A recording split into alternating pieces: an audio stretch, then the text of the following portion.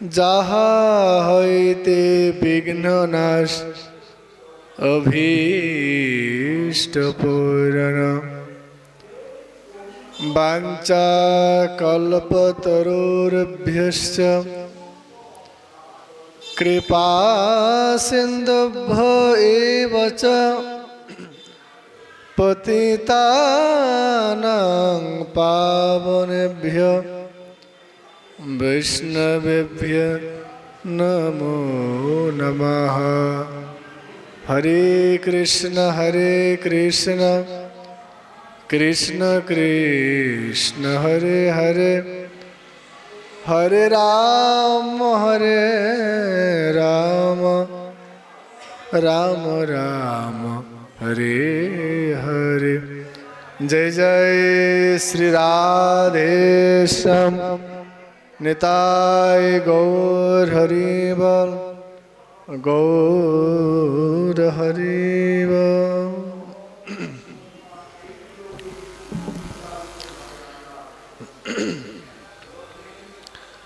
কলিযুগ পাবন অবতার শ্রী শ্রীমান মহাপ্রভু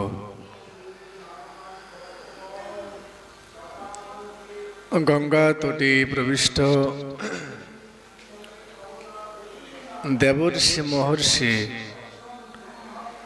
এবং রাজর্ষিগণ পরিবেষ্টিত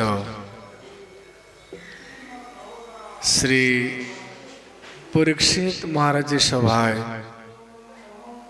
সুখদেব গোস্বামী চরণ তিনি যে প্রকার গোবিন্দের ভাগবতী কথা কীর্তন করলেন, রসময়ী কথা কীর্তন করলেন, অমৃতময়ী কথা কীর্তন করলেন, প্রসঙ্গত অধুনা তাহা কীর্তিত হইতেছে। কথিত বংশ বিস্তার ভবতা সোম সূর্যয় রাজ্ঞাং চোভয় ব্যংষণাম চরিতম পরমাদ্ভুতম।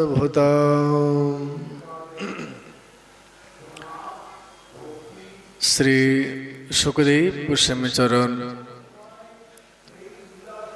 শ্রীমদ্ ভাগবতী দশম স্কন্ধে পূর্বার্ধে বলতে গিয়ে বললেন যে হে ভগবান, আপনি যে বংশে ভগবান কৃষ্ণচন্দ্র প্রকট হলেন, যে যদুবংশে ভগবান কৃষ্ণ প্রকট হলেন, আপনি সেই গোবিন্দের কথা বলুন।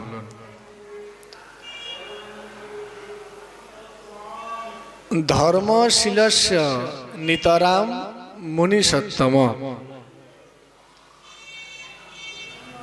কেমন যদু মহারাজ? না ধর্মশীল। যে ধার্মিক যদু মহারাজ, সেই বংশে যে ভগবান তিনি প্রকট হলেন, সেই গোবিন্দের কথা আপনি বলুন। আমরা গতকালই বললাম যদু মহারাজ,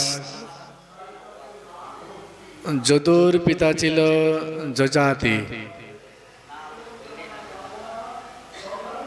যজাতির পুত্র ছিল মহারাজ যদু।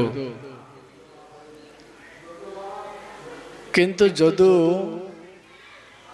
তিনি পিতৃবাক্য লঙ্ঘন করলেন। তো যে সন্তান পিতৃবাক্য লঙ্ঘন করে তিনি কি করে ধার্মিক হয়? অনেকেই প্রশ্ন ওঠে বা প্রশ্ন করে, মহারাজ যে আপনি বললেন যদু ধার্মিক, যে যদু পিতার আদেশ পালন করে না, সেই যদু মহারাজ কি করে ধার্মিক হয়? বলে কেন? ধর্মশীলস্য নিতরাম মনীষোত্তমা। আমরা সেই সম্বন্ধে গতকাল বলেছিলাম যে মহারাজ যজাতি দুটি বিবাহ করলেন। বৃষপর্বা কন্যা শর্মিষ্ঠা আর শুক্রাচার্যের কন্যা দেবযানী, তিনি দুজনকে বিবাহ করলেন। তার থেকে 5টি সন্তান হয়। আর যে দেবযানী, তারই পুত্র ছিল মহারাজ যদু।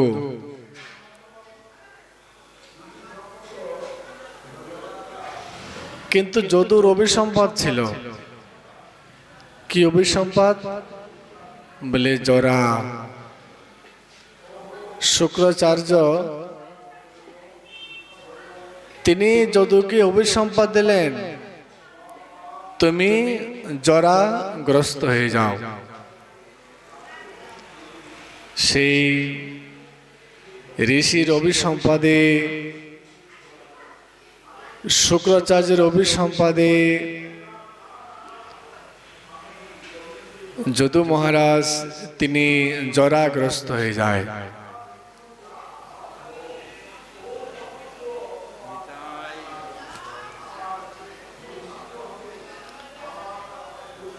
শুক্রাচার্যের অভিসম্পাদে মহারাজ যদু জরাগ্রস্ত হয়ে যায়। যদু মহারাজ তিনি একদিন তার সন্তানকে ডাকলেন, হে পুত্রগণ, আমি জরাগ্রস্ত,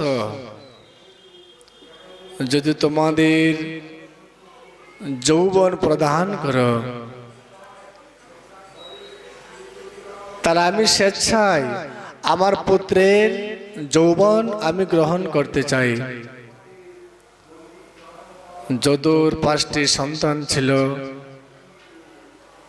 কেহই যৌবন দিতে রাজি হলেন না। কে দিলেন? দিলেন পুরু। তিনি পিতার আদেশ পালন করলেন, কিন্তু যদু মহারাজ যজাতির আদেশ পালন করেনি। তো যে পুত্র পিতার আদেশ পালন করেনি তাকে কি করে ধার্মিক বলা যায়? এই প্রসঙ্গে বলছেন, ধর্মশীলস্য নিতরাম মনীষোত্তম। হে মহারাজ, আপনি কেন বলছেন যদু ধার্মিক? যে তপস্বী মতো যজাতি, যে পিতার আদেশ পালন করেনি, সেই পুত্রকে ধার্মিক বলা যাবে না। বলে কেন? বলে যদু ভুল করেনি। বলে কেন? এই জন্যই যদু ভাবলেন, যদি আমি আমার পিতাকে বৃদ্ধত্ব গ্রহণ করে যৌবন প্রদান করি, আমার পিতা বিষয় ভোগ করবে, তাতে কৃষ্ণ ভজনের অন্তরায় হবে, বাধা হবে। এই জন্যই যদু মহারাজ তিনি পিতার আদেশ তিনি লঙ্ঘন করলেন। কেন? কারণ বলছেন যে ইয়ৎ পৃথিব্যাম ব্রীহি যবম হিরণ্যম পশবঃ স্ত্রিয়ঃ ন দুয়ন্তি মনঃ নষ্ট প্রতিম পুংস কামাহতস্যতে। যখন বিশাল অগ্নি প্রজ্বলিত হয়, অগ্নিতে যত ঘি ঢালা হয়, অগ্নি দাউ দাউ করে জ্বলে ওঠে, অগ্নি নিভে না। তো বলছেন ইয়ৎ পৃথিভ্যাম ব্রীহি জাবম হিরণ্যম পশব স্ত্রিয়ঃ,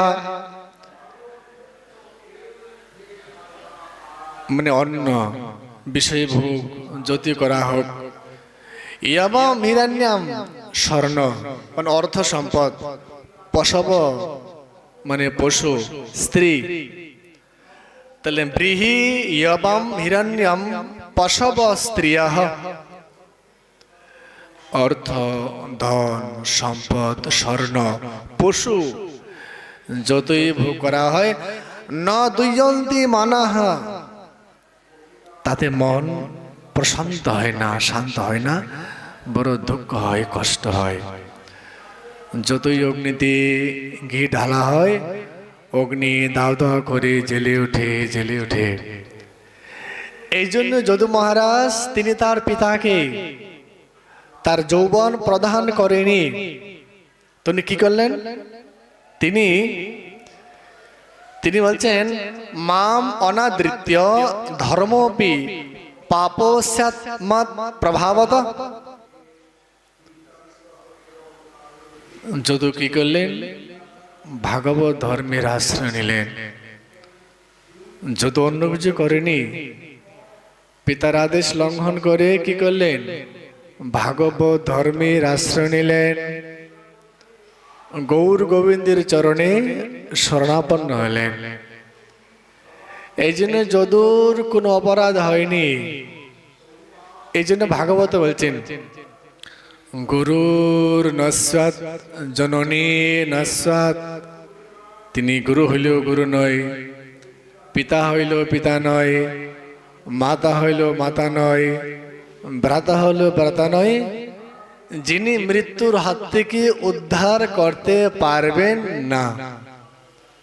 যদি ভাবলেন যজাতি তো আমার পিতা, হোক পিতা, যিনি মৃত্যুর হাত থেকে উদ্ধার করতে পারবেন না, তিনি পিতা হইলেও পিতা নয়, মাতা হইলেও মাতা নয়, ভার্যা হলে ভার্যা নয়, পতিপত্নী হলেও পতিপত্নী নয়।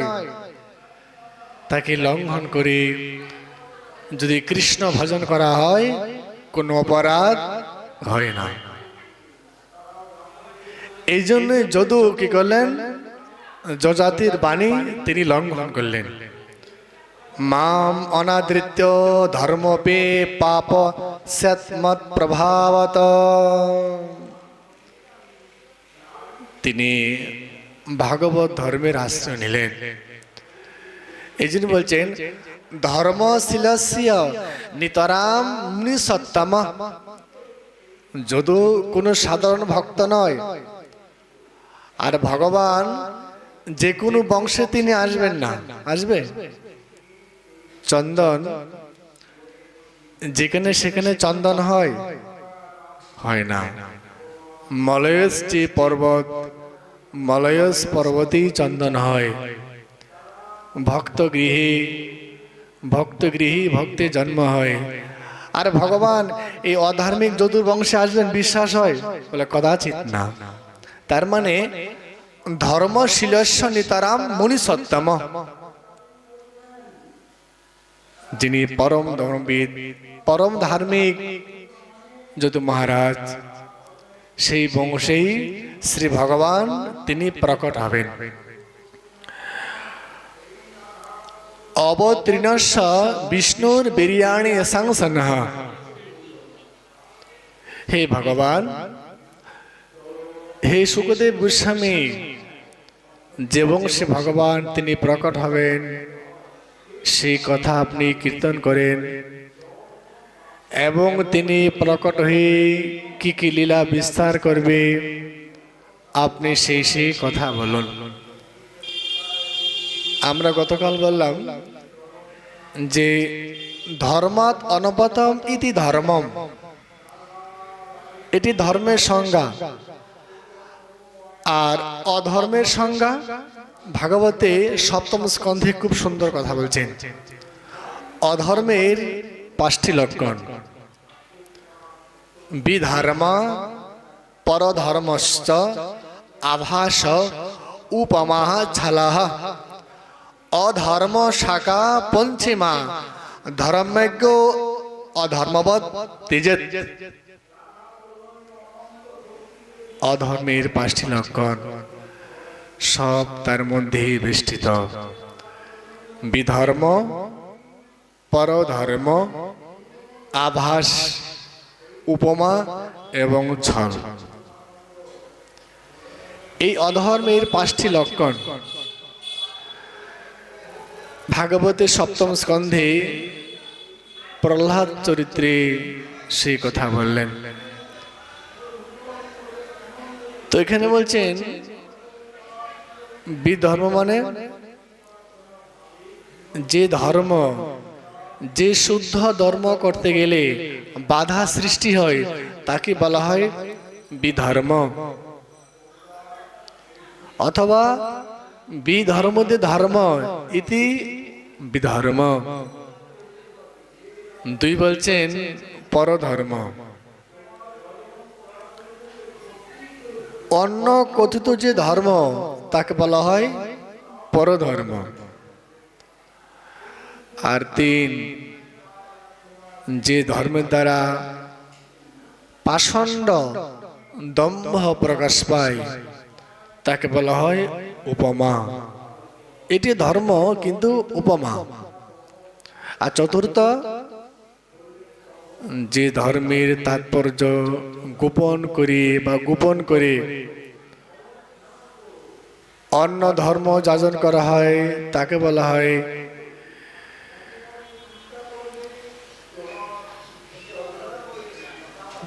বলা হয় উপমা। আর 5ম বলে ছল। যদি 5টির কোনো একটি লক্ষণ তার মধ্যে থাকে অধর্মের মধ্যে কিন্তু গণ্য হয়। কিন্তু যদুর মধ্যে তা ছিল না। মহারাজ যদু তার মধ্যে বিধর্মও ছিল না, পরধর্মও ছিল না, আভাস ছিল না, উপমা ছিল না এবং ছল কপট ছিল না। এই জন্য যখন অধর্মের আশ্রয় করা হয়, যে শুদ্ধ সাত্বিক ধর্ম ঐকান্তিক ভক্তি তিনি অন্তর ধ্যান করে, তাকে বোঝা যায় না। যখনই ভক্তি হ্রাস পেয়ে যায়, যখনই শুদ্ধ ভক্তি অন্তর ধ্যান করে, বুঝতে হবে যে কোনো অধর্মের একটি লক্ষণ সেই ভক্তের মধ্যে প্রবেশ করে, হয় বিধর্ম অথবা পরধর্ম অথবা আভাস অথবা উপমা অথবা ছল। কিন্তু মহারাজ যদুর মধ্যে অধর্মের লক্ষণ ছিল না। ধর্মশীলস্য নেতানাম মণি সত্তম।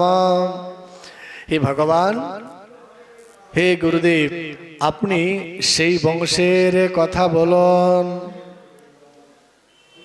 যে ভগবান তিনি লীলা বিস্তার করলেন।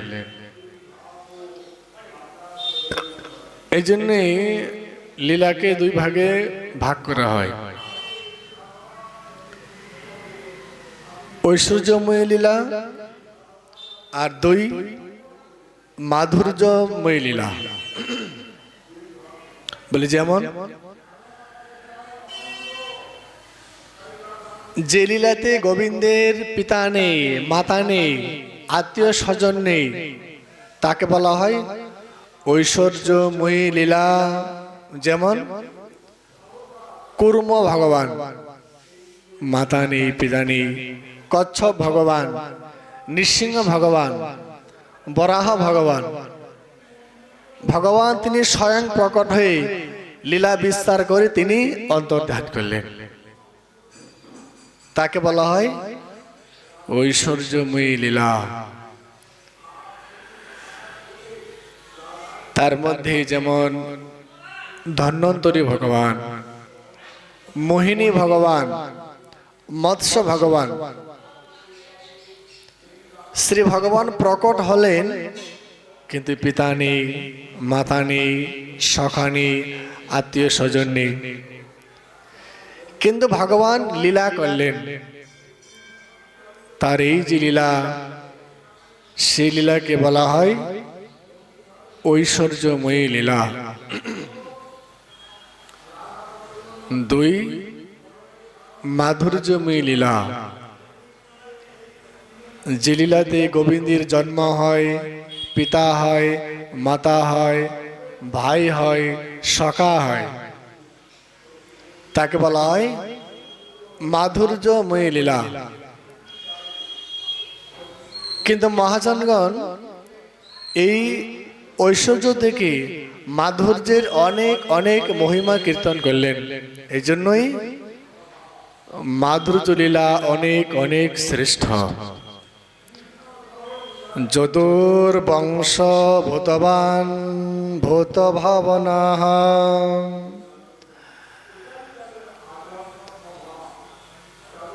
বলছেন ভগবান আপনি সেই লীলা কীর্তন করুন, লীলাকে বর্ণন করুন। কিন্তু ভগবানের জন্ম আমাদের মতো নয়। আমাদের যেমন পঞ্চভূতে জন্ম হয়, শ্রী ভগবানের তা নয়। তিনি অবতীর্ণ হয় কেন? লীলারস আস্বাদন করার জন্যে, আমাদের মতো জীবকে কৃতার্থ করার জন্যই শ্রী ভগবান তিনি বারে বারে জগতে প্রকটিত হয়, লীলা বিস্তার করে। যদুর বংশে ভগবান ভূত ভাবন,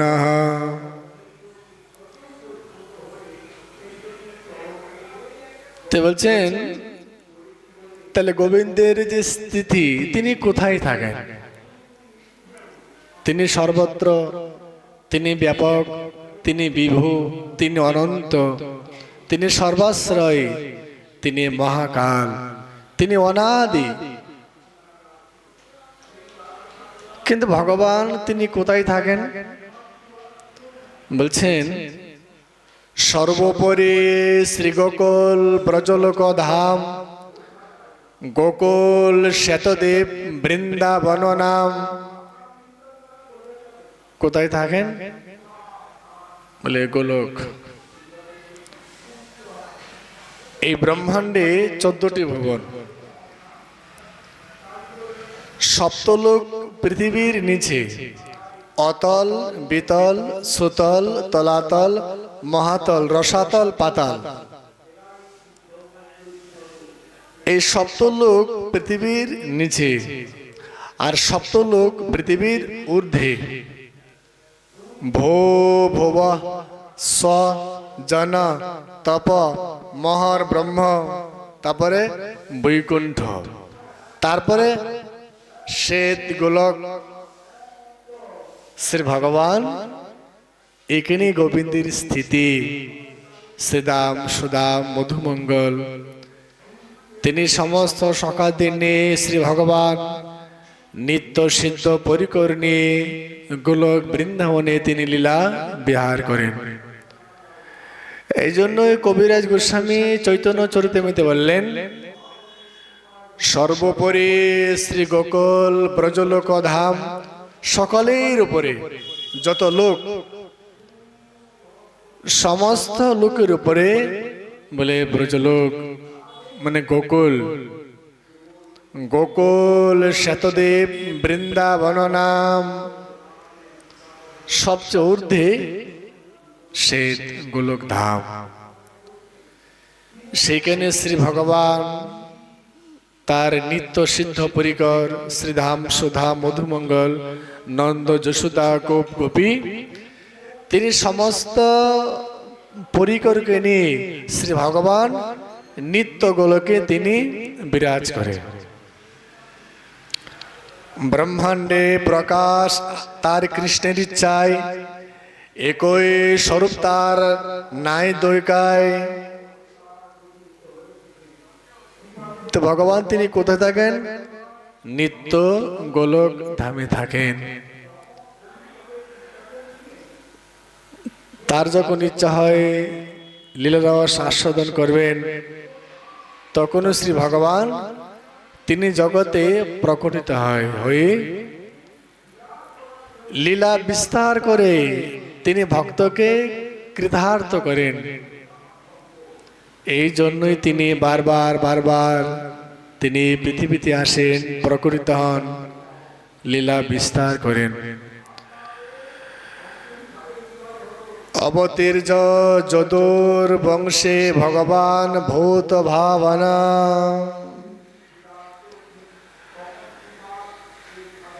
এই জন্যই যদু মহারাজকে অধার্মিক বলা যাবে না, তিনি পরম ধার্মিক। যেমন চন্দন যত্র তত্র হয় না, তদ্রূপ শ্রী ভগবান যে কোনো স্থানে যে কোনো গর্ভে শ্রী ভগবান তিনি আসে না। তিনি ধার্মিক যদুর্বংশী নন্দ নন্দন শ্রীকৃষ্ণ বালগোপাল তিনি প্রকট হবেন। যদুর বংশে ভগবান ভূত ভাবনা। বলছেন হে ভগবান, আপনি আপনার যে কথা, যে গোবিন্দের কথা আপনি কীর্তন করুন। যারা মুমুক্ষ, যারা মুক্ত, যারা বিষয়ী, তারা সকলেই আপনার কথা শ্রবণ করতে চায়। ব্রহ্মা সৃষ্টি ভুলে যায়, মুনি মনন ভুলে যায়, যোগী যোগ ভুলে যায়। বলে কেন? গোবিন্দের গুণের কথা শ্রবণ করে। এতই মহিমা, মুনি মনন ভুলে যায়, যোগী যোগ ভুলে যায়, ব্রহ্মা সৃষ্টি আদি ভুলে যায়, গোবিন্দের গুণের কথা শ্রবণ করে। বরহা পিরম নটবর বপ কর্ণয় কর্ণিকারম বিব্রত বাস কনক কপিশাম বৈজন্তিং চমালম রন্ধ্রল বেণুরধর সুধরা পূরয়ন গোপ বৃন্দয় বৃন্দারণ্যং সপদরমণং প্রাবিশত গীত কীর্তে। বলছেন শ্রী সুখদেব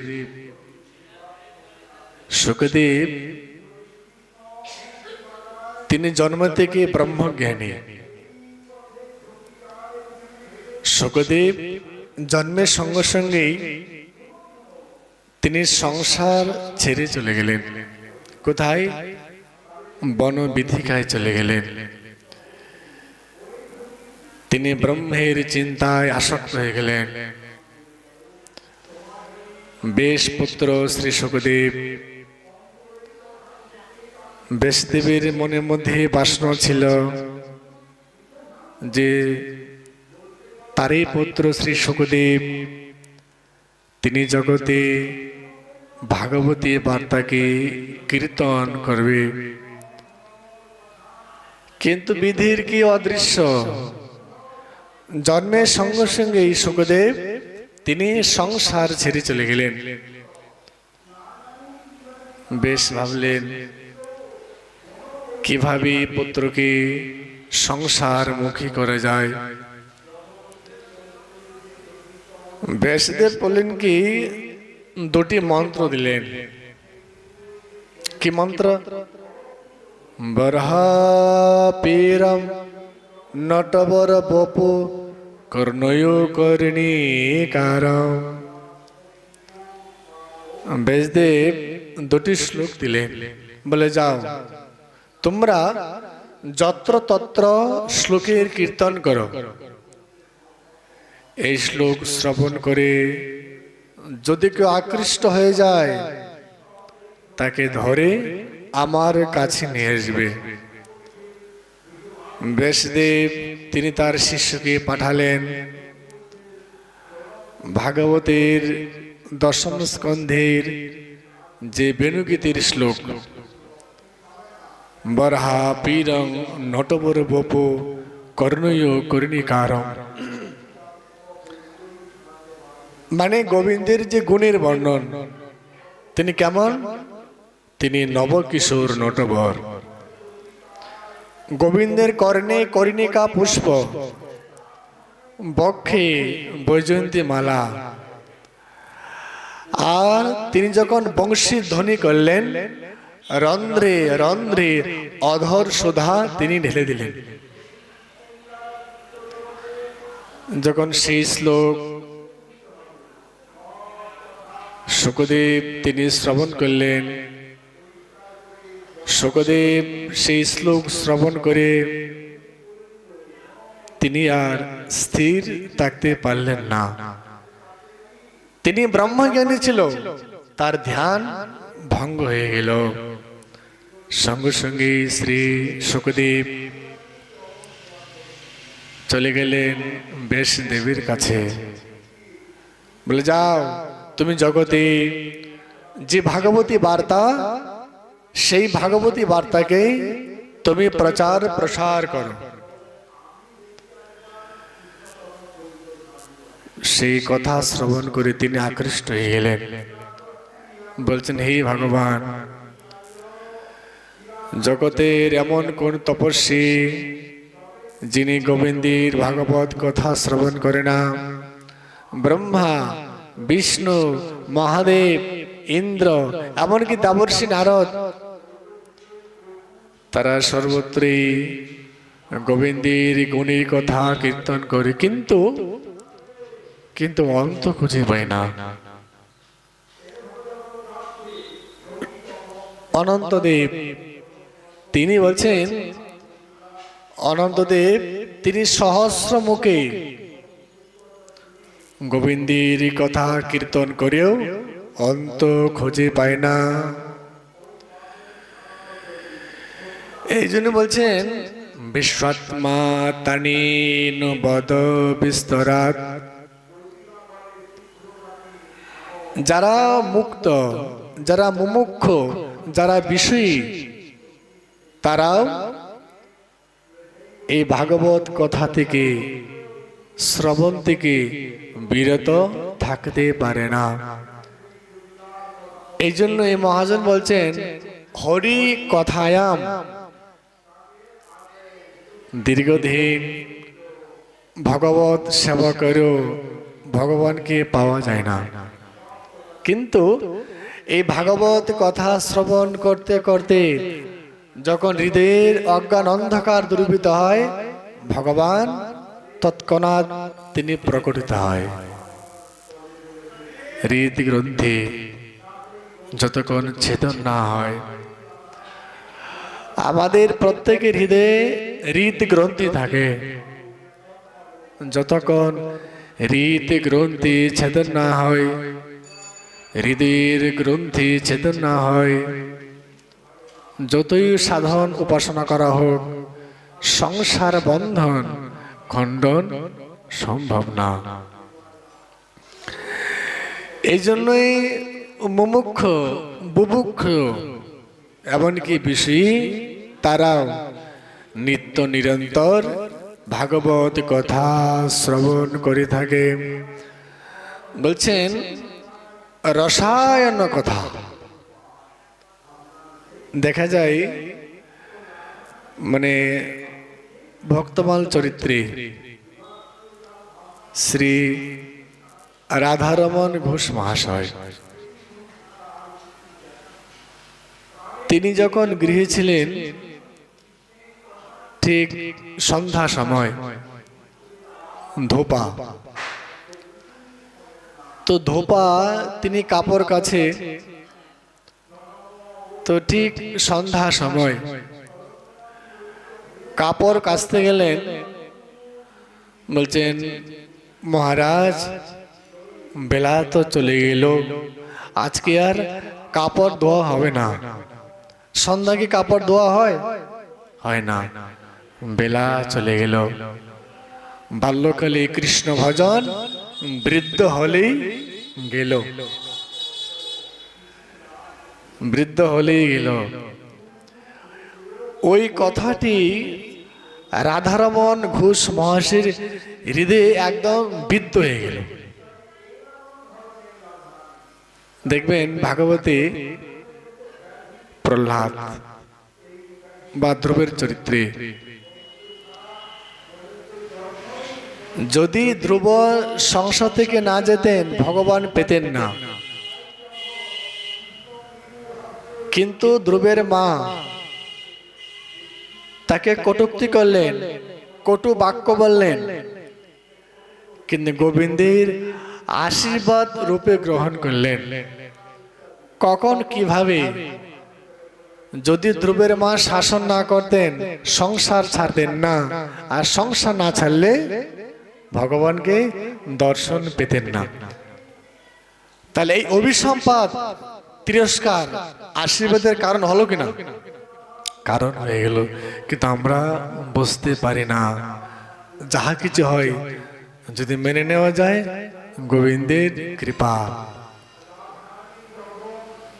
রাধারমণ ঘোষ মহাশয় দেখলেন ঠিকই তো বলছে, সন্ধ্যা হয়ে গেল, আমার তো সন্ধ্যা হয়ে গেল, কিন্তু আমার গৌর গোবিন্দের সাধন ভজন হলো না, দিন চলে গেল। বিবেক জাগ্রত হলো।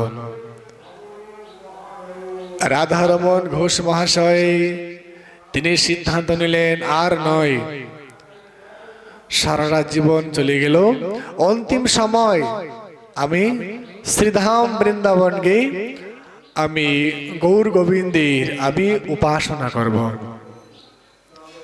কখন কিভাবে বিবেক জাগ্রত হয় বলা অসম্ভব। এই জন্য বাস্তবিক দীর্ঘদিন ভগবত সেবা করেও ঈশ্বর প্রাপ্তি হয় না, কারণ মহৎ কৃপা বিনা কোনো কর্মে ভক্তি নয়, কৃষ্ণ ভক্তি দূরে রহ সংসার নাহি কয়। কিন্তু দেখা যায় দীর্ঘদিন ভাগবত কথা শ্রবণ করতে করতে তিনি অন্তিমে ভগবানকে পেয়ে গেলেন। অসংখ্য দৃষ্টান্ত। রাধারমণ ঘোষ মহাশয় তিনি শ্রীধাম বৃন্দাবনে আসলেন। নিত্য নিরন্তর ভাগবত কথা শ্রবণ, নিত্য নিরন্তর ভাগবত কথা শ্রবণ করতে করতে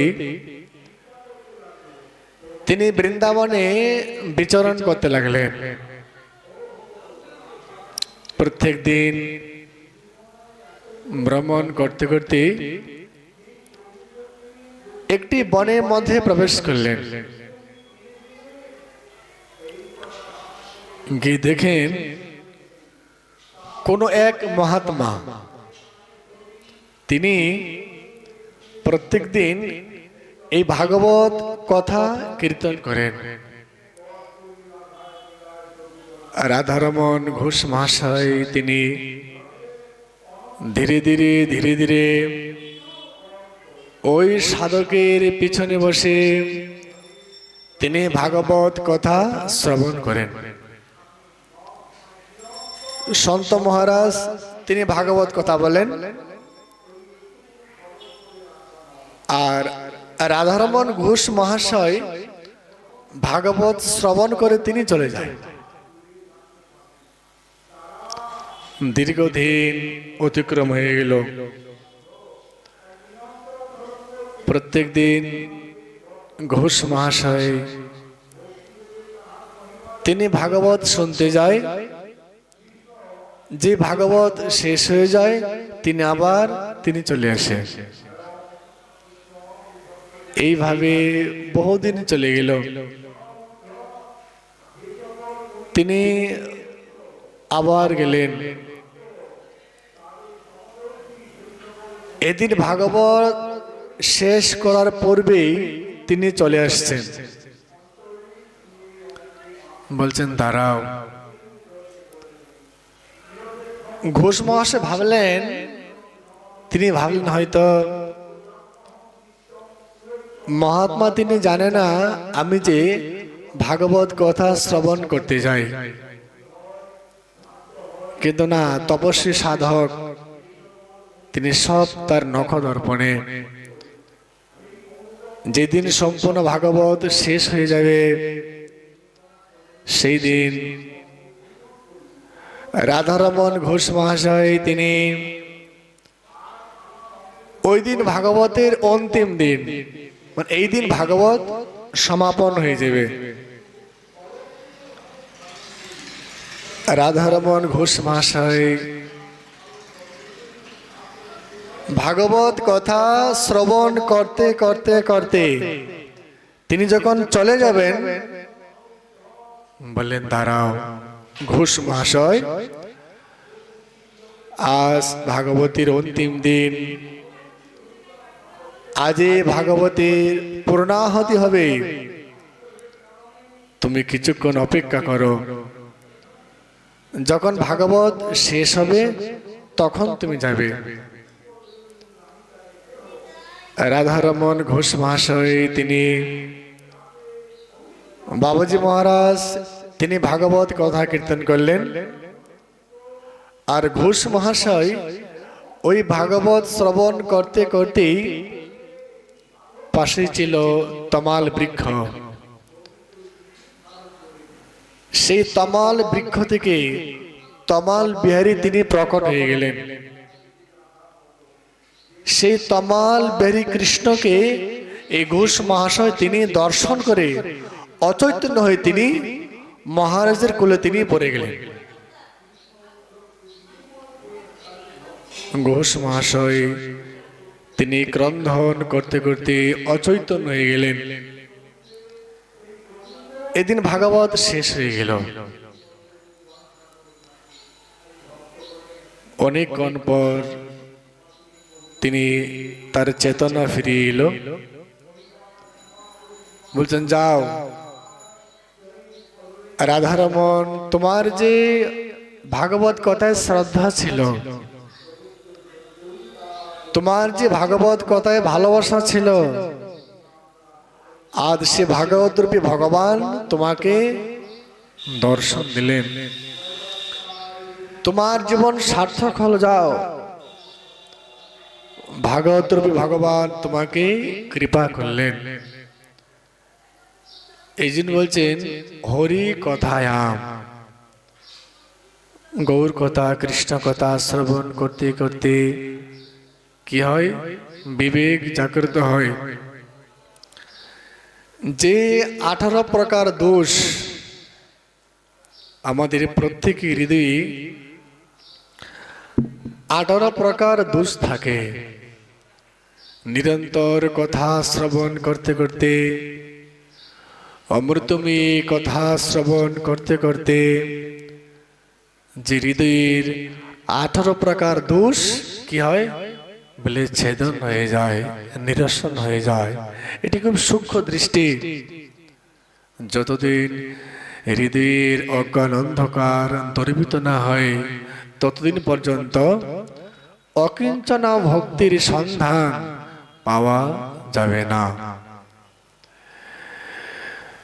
বিশ্বআত্মা তানে নো বাদ বিস্তরা। এই জন্য বলছেন ভগবান যে কর্ণ দিলেন, যে কর্ণের দ্বারা গোবিন্দের কথা শ্রবণ হয় না, সেই কর্ণ বৃথা ছিদ্র। সেই কর্ণ বলে বৃথা ছিদ্র।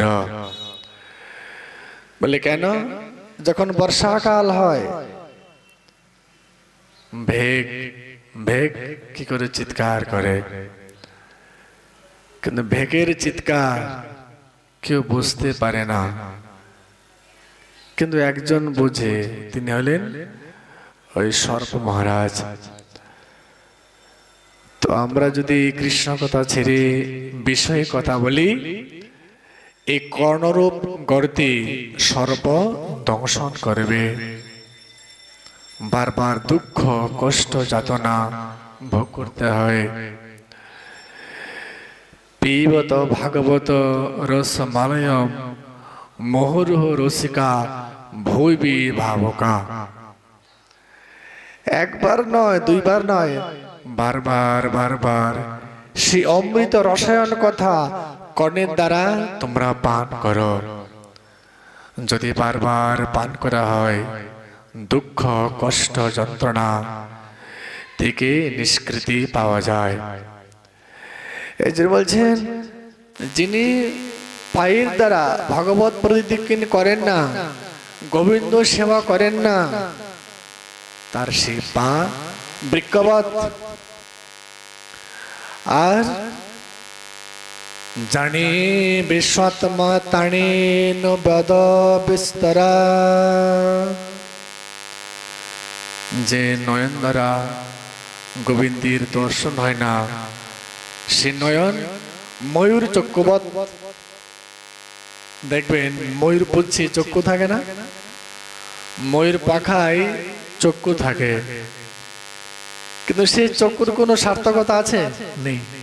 তো বলছেন, যে নয়ন দ্বারা গোবিন্দের বিগ্রহ দর্শন হয় না, গুরু বৈষ্ণবকে দর্শন হয় না, সেই নয়ন ময়ূরের ময়ূর চক্ষুবৎ।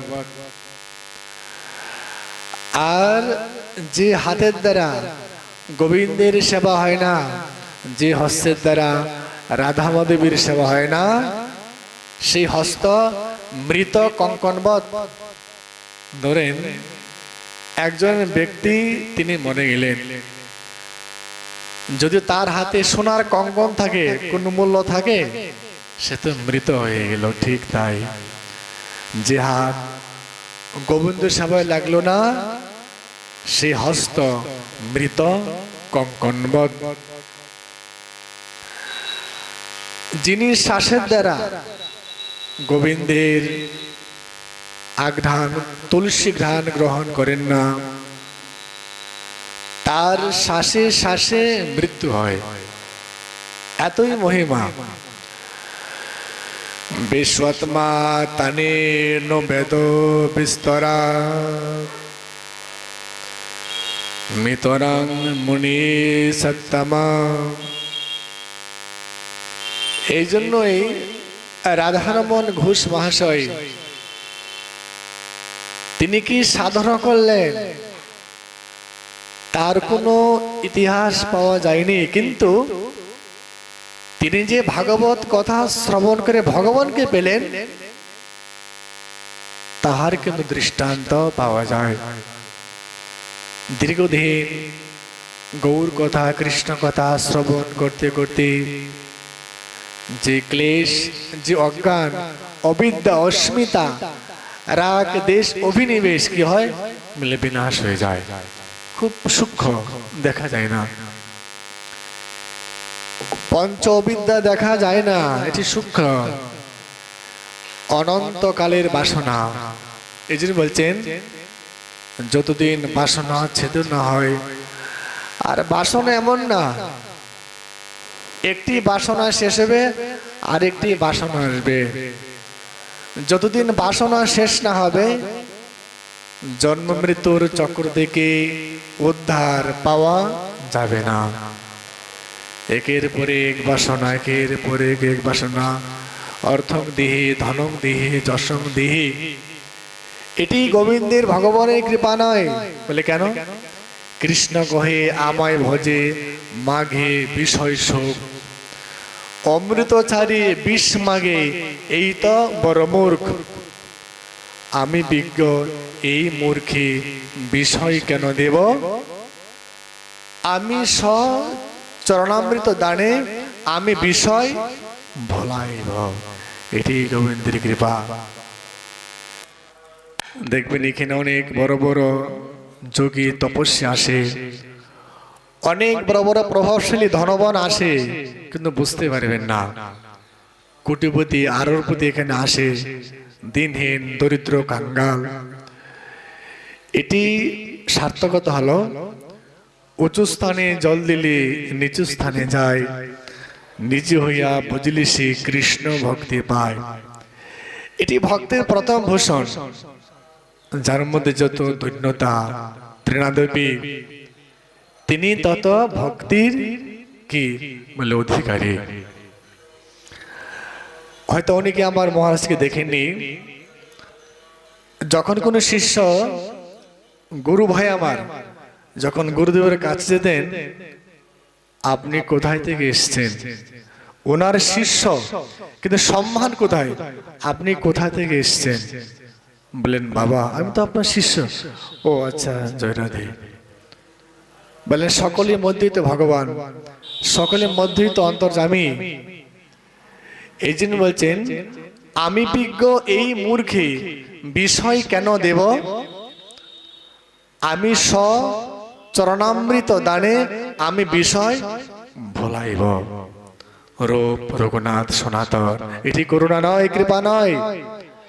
যেদিন বিষয় ধীরে ধীরে বিনাশ হবে, বিষয়াচার্য কবি শুদ্ধ হবে মন, আমি কবে হাম হেরিব মধুর বৃন্দাবন। রাজকুমার নরোত্তম ঠাকুর মহাশয় তিনি ছিলেন জমিদার সন্তান, দাস গোস্বামী সকলেই জমিদার সন্তান ছিলেন, কিন্তু বৃন্দাবনে অকিঞ্চন বৃত্তি ধারণ করে সারা জীবন সাধন ভজন করে গেলেন। এটি আমাদের সাধকের পরিভাষা। অতএব বিশ্বআত্মা তানি নবদ বিস্তরার। যদু তিনি ধার্মিক ছিলেন, আর সেই ধার্মিক যদুর বংশেই শ্রী ভগবান তিনি প্রকট হবেন। আগামীকাল প্রশ্ন করলেন রোহিণ্যস্তনয় প্রত্যা রাম সংকর্ষণস্তয়া। বলছেন গুরুদেব, কেউ বলছেন যে কেউ বলছেন বলদেব রোহিণীর সন্তান, আর কেউ বলছেন বলদেব কৃষ্ণের সন্তান, মানে দেবকী সন্তান। কি করে সম্ভব? একজন মায়ের একজনই তো পুত্র হয়। তো বলছেন রোহিণ্যস্তনয় প্রত্যা রাম সংকর্ষণস্তয়া। গুরুদেব আমার সংশয় ছেদন করুন। বলে কেন? কে বলছেন বলদেব রোহিণীর সন্তান, আবার কে বলছেন বলদেব দেবকী সন্তান। সেই সম্বন্ধে সুখদেব গোস্বামী যে প্রকার বর্ণন করলেন, আমরা সেই সম্বন্ধে আবার আগামীকাল আস্বাদন করব। আজকের মতো ভাগবতী কথা এখানেই বিশ্রাম। जय जय श्री राधे श्याम नेताय गौर हरि बोल। बोलो श्रीमद् भागवत महापुराण के, श्रीमद् महाप्रभु के, नित्यानंद प्रभु के हरिनाम संकीर्तन के, राधा कुंड के, श्री श्याम कुंड के, श्री गिरिराज महाराज के। जय जय श्री राधे श्याम निताय गौर हरि बोल। गौर हरि बोल, गौर हरि बोल।